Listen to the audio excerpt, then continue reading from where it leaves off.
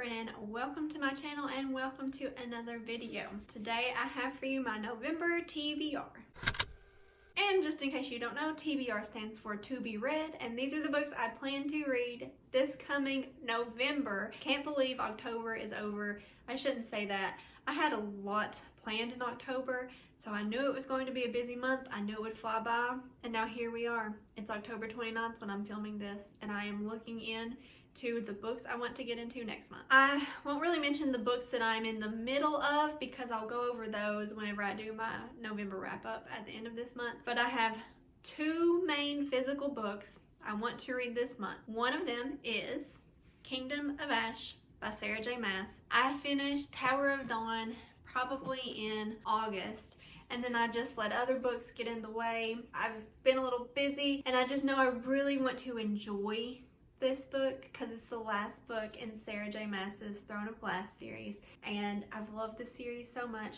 It is set in a fantasy world where magic has been outlawed, and something else has happened that has made magic users not even able to use their magic anymore. We follow Celaena Sardothien at the beginning of the series, and she is a teenage assassin. She has an attitude, she's trained to kill, she is very beautiful, and she sets us up for a great young adult fantasy time. We start the series with Celaena just getting out of the salt mines. She has been a slave for the past year. We follow Celaena as she solves some mysteries in this world. We figure out why there is this dark force that just is hanging over the continent that they're on. This is a pretty big fantasy world. There are other countries, and throughout the series we learn more about them. We travel to different continents with different cultures. There are lots of different relationships. There's lots of friendship. We get a lot of romance,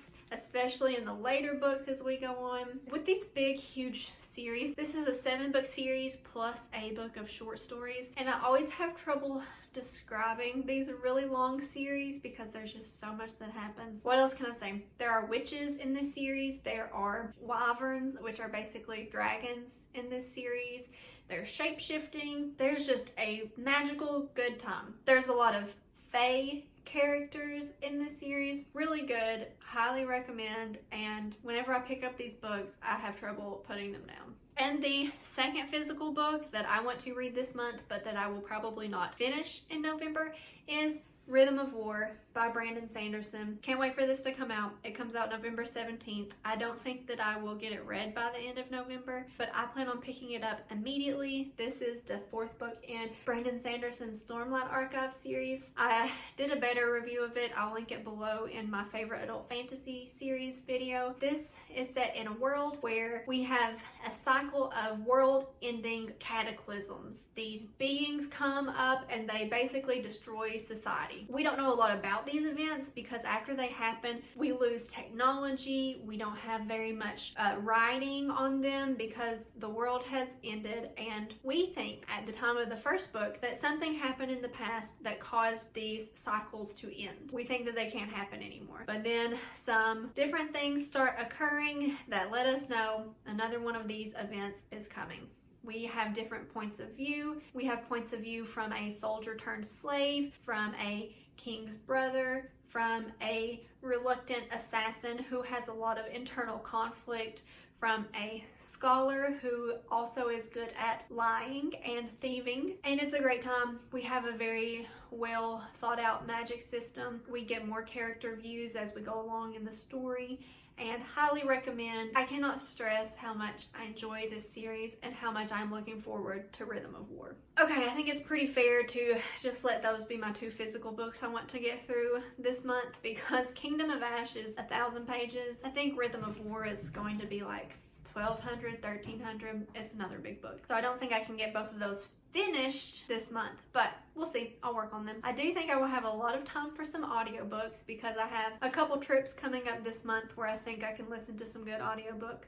And the first one I want to get to is David Sedaris's new release. It's called The Best of Me, and I think it will just be his most popular and best stories. He's a humorist, and he just takes stories from his past from his childhood, early adulthood, and puts a really humorous spin on them, but also has a lot of social commentary and a lot of like analysis of humans. It's so funny, and he reads his audiobooks and he's just so good. It's so funny because he just has like such a normal voice, but his stories are just so good, and I always enjoy listening to them. And then honestly, I will probably just mood read whatever other audiobooks I want to listen to, but some of them on my radar are The Stranger in the Woods. It is by Michael Finkel, and it's nonfiction, and it is about, I think the like comment on it is the world's last true hermit or something like that, and it is about a guy who he goes off into the woods and then he just decides to live out the rest of his life away from society, away from other humans, and he just hermits in the woods. And it is a biography on him, and I'm interested in it. The next one on my radar is Horror Store by Grady Hendrix. I'm currently reading another Grady Hendrix book right now, My Best Friend's Exorcism. That one and this one, Horror Store, are free with your Audible membership right now, and his books are humorous. They're like horror books, but they're humorous. And Horror Store, I believe, is set in like an IKEA, and I don't know if it has zombies in it. I just like glanced at the first page on Amazon, and I think it was mentioning zombies, so I don't know if we are locked in an IKEA during a zombie apocalypse. That sounds like it would be really funny, but I'm excited to see what this book has in store. I haven't read too much about it. Another book I would like to get to soon is Tom Petty's biography. It's called Petty, the Biography, and it is by Warren Zanes, and I've had it on audio for a while. I really like biographies, and I haven't listened to one in a while, so I thought this would be a good one to give a go. I'm interested in the topics, interested in the man, so hopefully I'll get to it this month. Excuse me, let's calm down. And then the last audiobook that I was just kind of scrolling and picking ones I thought I might get to soon. But this one is The Life We Bury by Alan Eskens.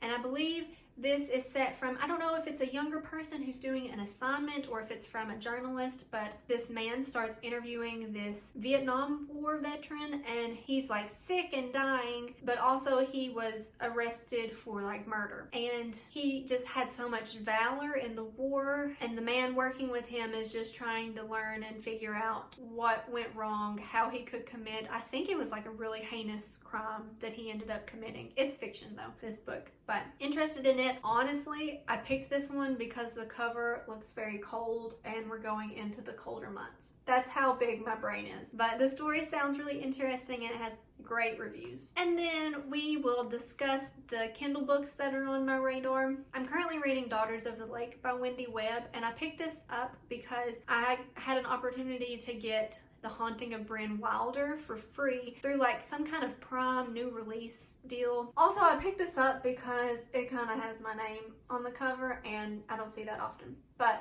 I digress.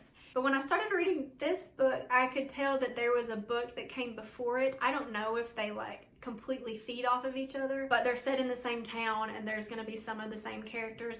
So then I just went ahead and picked up the first book. But I've been describing this as like a wholesome spooky story, which to be honest isn't my favorite, but it's spooky. It has a really great setting. It's like a quaint little touristy town on Lake Superior, and I will maybe get into it. We'll see. I'm like 60% through the first book and it's not my favorite, but we'll see. I want to read the Zodiac Academy by Caroline Peckman and Suzanne Valenti. My friend Reagan has recommended this to me for like 6 months now. I have it on Kindle. I need to pick it up and read it. I'm always in the mood for a easy to consume romance-based Kindle book. And this is set in an academy, so it's like a school setting, and the people here have powers based on their zodiac signs. I think there's a lot of romance. The Goodreads of this calls it a bully romance, which I've been reading a lot of Penelope Douglas and that is like her specialties, so I'm excited to get into this book this month. And the last book I will mention is A Quick Bite by Lindsay Sands. I would really like to hurry through the book I'm reading right now so I can pick this one up around Halloween, still in like the fall spooky season, because it is a romance with vampires, and I think it has a humorous spin, but that it's also pretty steamy. And in this first book, our main character is a female vampire and she has a phobia of blood, which is just hilarious. And I've just heard it's really good. I want to say this series, it's called the Argento Vampire series, I believe. And I think there's like 20 some books in it. So who knows, I may be wrapped up into this for the foreseeable future. All right, you guys, that is my November TBR. Let me know in a comment down below some of the books you want to read this month. Let me know if you've read any of these books and what you thought about them. Give this video a thumbs up if you liked it. Subscribe if you haven't already, and I will see you in my next one.